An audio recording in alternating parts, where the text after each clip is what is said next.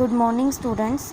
बेटा आज हम आपकी पोइट्री सेक्शन में poem number first lines written in early spring written by William Wordsworth ये रीड करेंगे और मैं आपको इसका सेंट्रल आइडिया सेंड कर दूंगी।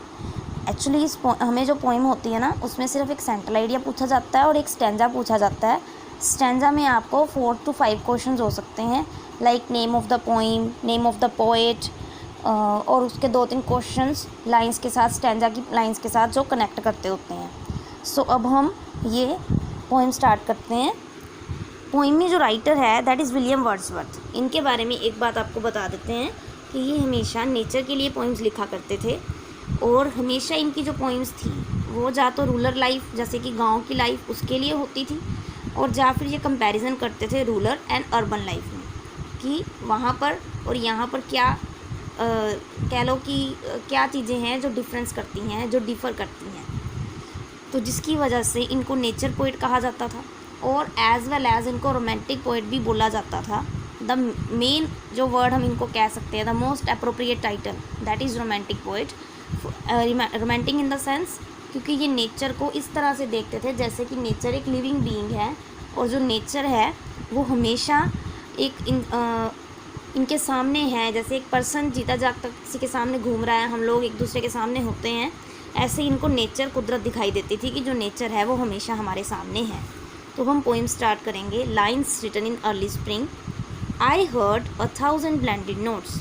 मीनिंग्स मैंने साथ साथ में लिख कर क्लियर किए हैं सो दैट्स कि आपको पढ़ाते वक्त थोड़ी सी परेशानी कम हो जाए, आपको समझने में थोड़ी परेशानी कम हो। आई हर्ड 1000 ब्लेंडेड नोट्स। तो पोएट ने पहली जो लाइन है वो इस तरह से शुरू करी है कि मैंने बहुत सारी आवाज़ें सुनी। Blended mixed notes, musical notes means to से मैं एक जगह पर था, वहाँ पर मुझे पक्षियों की, बर्ड्स की बहुत सारी आवाज़ें सुनाई दी।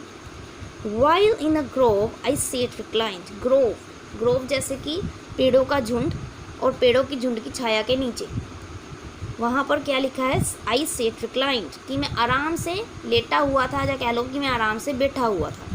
तो पहली 2 लाइंस का जो मीनिंग क्लियर होता है वो ये कि मैं पेड़ों की छाया में लेटा हुआ था और मुझे वहाँ पर हज़ारों मीठी आवाज़ें सुनाई दी जो कि पक्षियों की आवाज़ें थी। In that sweet mood when pleasant thought bring sad thoughts to the mind. और क्या हुआ कि मुझे उन पक्षियों की आवाज़ें सुनकर बहुत अच्छा लग रहा था, लेकिन जब इंसान कई बार खुश होता है तो उसे अपना जो पेनफुल टाइम होता है वो रिमेंबर हो जाता है। तो इसी तरह पोइट के साथ हुआ कि वो बहुत अच्छी अच्छी आवाज़ें सुन रहा था, he was in a good mood, but अचानक से उसके माइंड में पुरानी सारी बातें ताज़ा हो गई, उसको पुरानी जो बुरी यादें थी वो याद आने लगी। अब फर्स्ट स्टैंजा के बाद हम सेकंड स्टैंजा करने लगे हैं। To her fair works did nature link. यहाँ हर यूज़ किया गया है नेचर के लिए। To her fair works did nature link the human soul that through me rain.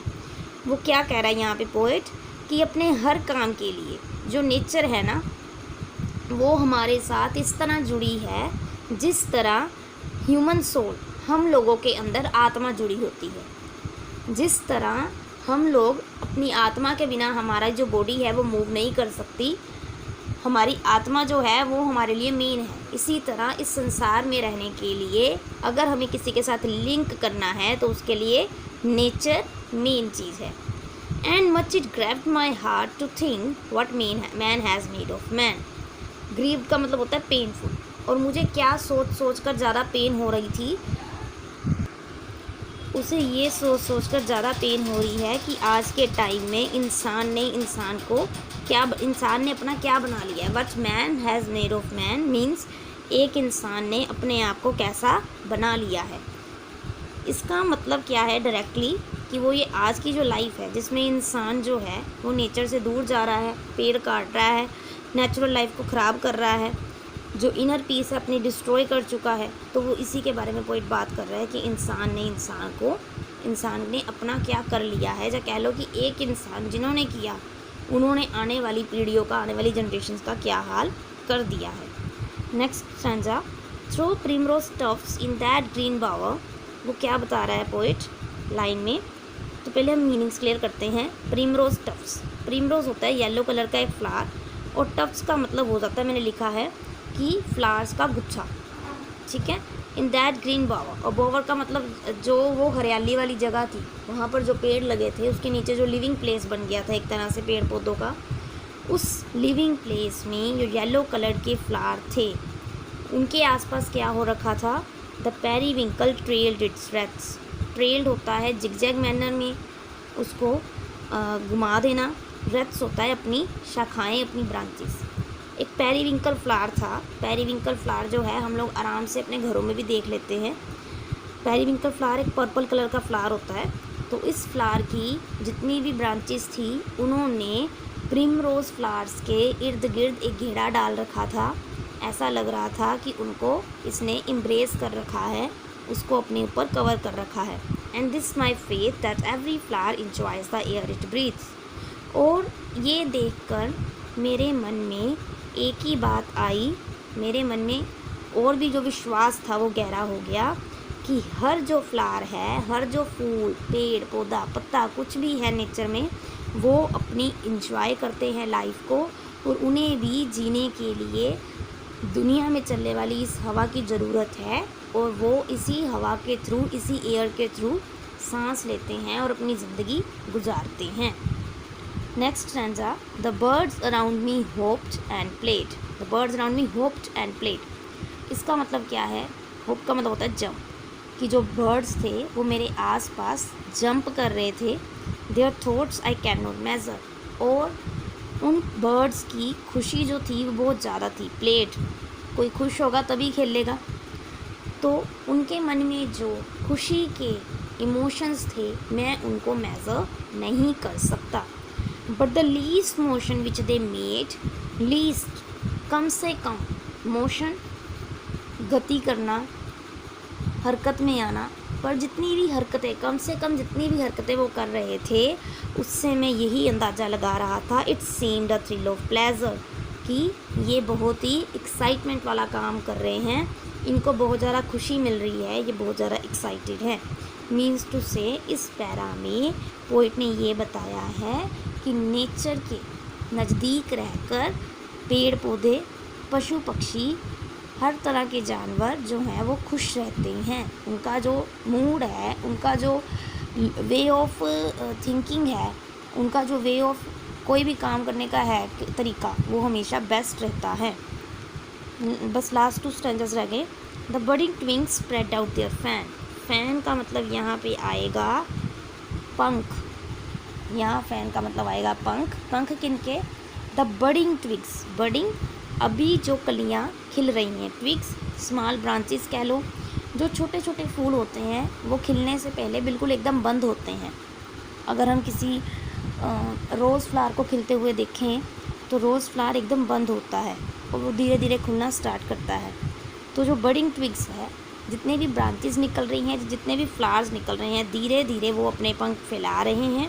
किस लिए? To catch the breezy air, so that's कि वो इस ठंडी हवा को महसूस कर सकें, इस ठंडी हवा को अपने अंदर ले सकें और ख़ुद को इस नेचर के साथ जोड़ सके, अपनी लाइफ को इंजॉय कर सके। And I must think do all I can that there was pleasure there.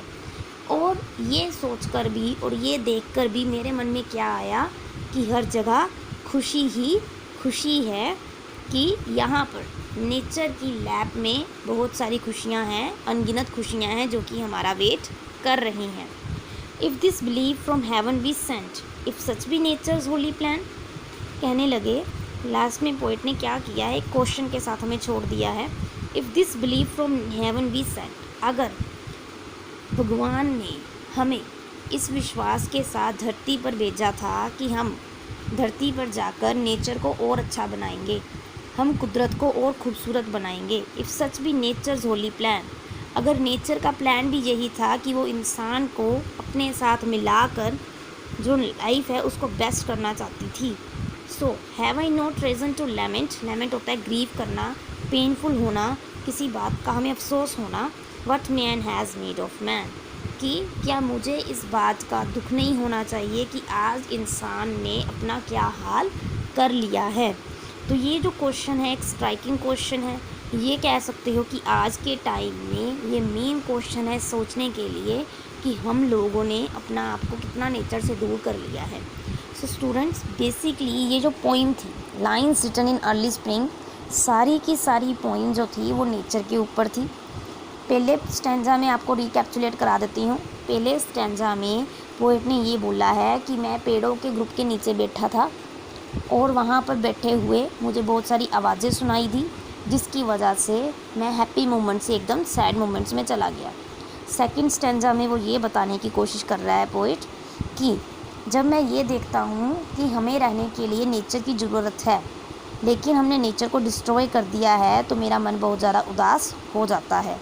Third stanza में पोएट ने ये बताया है कि पेरीविंकल फ्लावर्स ने प्रिमरोज़ फ्लावर्स के इर्द गिर्द एक घेरा बना रखा था, और जिसकी वजह से मुझे ये लगा कि इन लोगों में भी जान होती है और ये लोग भी अपनी लाइफ को इंजॉय करते हैं। फोर्थ पैरा में उसने बर्ड्स की बात करी है कि आसपास का नज़ारा बहुत खूबसूरत था, बर्ड्स खुशी से कूद रहे थे, खेल रहे थे, जिसकी वजह से मुझे यही लगा कि ये लोग वाकई में बहुत हैप्पी हैं। फिफ्थ स्टैंजा में उसने ये बताया है कि जो छोटे छोटे फ्लावर्स हैं वो खिलते हैं, धीरे धीरे लाइफ को महसूस करने लगते हैं, और जिस तरह हमें सांस लेने के लिए हवा की ज़रूरत है, उन्हें भी खिलने के लिए, बढ़ने के लिए हवा की ज़रूरत है। एंड द लास्ट स्टैंजा में पोएट ने ये बताया है कि जो इंसान है उसने अपने आप को बहुत ज़्यादा ख़राब कर लिया है। गॉड ने इंसान बनाया ताकि वो नेचर को खूबसूरत बनाए, लेकिन इंसान ने इसी नेचर को डिस्ट्रॉय करना स्टार्ट कर दिया है, जिसे हमें अभी भी संभाल लेना चाहिए और इस आर्टिफिशियल लाइफ से अपना कनेक्शन तोड़ के हमें नेचर के पास वापस चले जाना चाहिए। सो स्टूडेंट्स, आई होप आपको ये पोइम क्लियर होगी। आप पहले ये पोइम समझ लो, उसके बाद मैं आपको इसका सेंट्रल आइडिया सेंड कर दूँगी। Thank you students.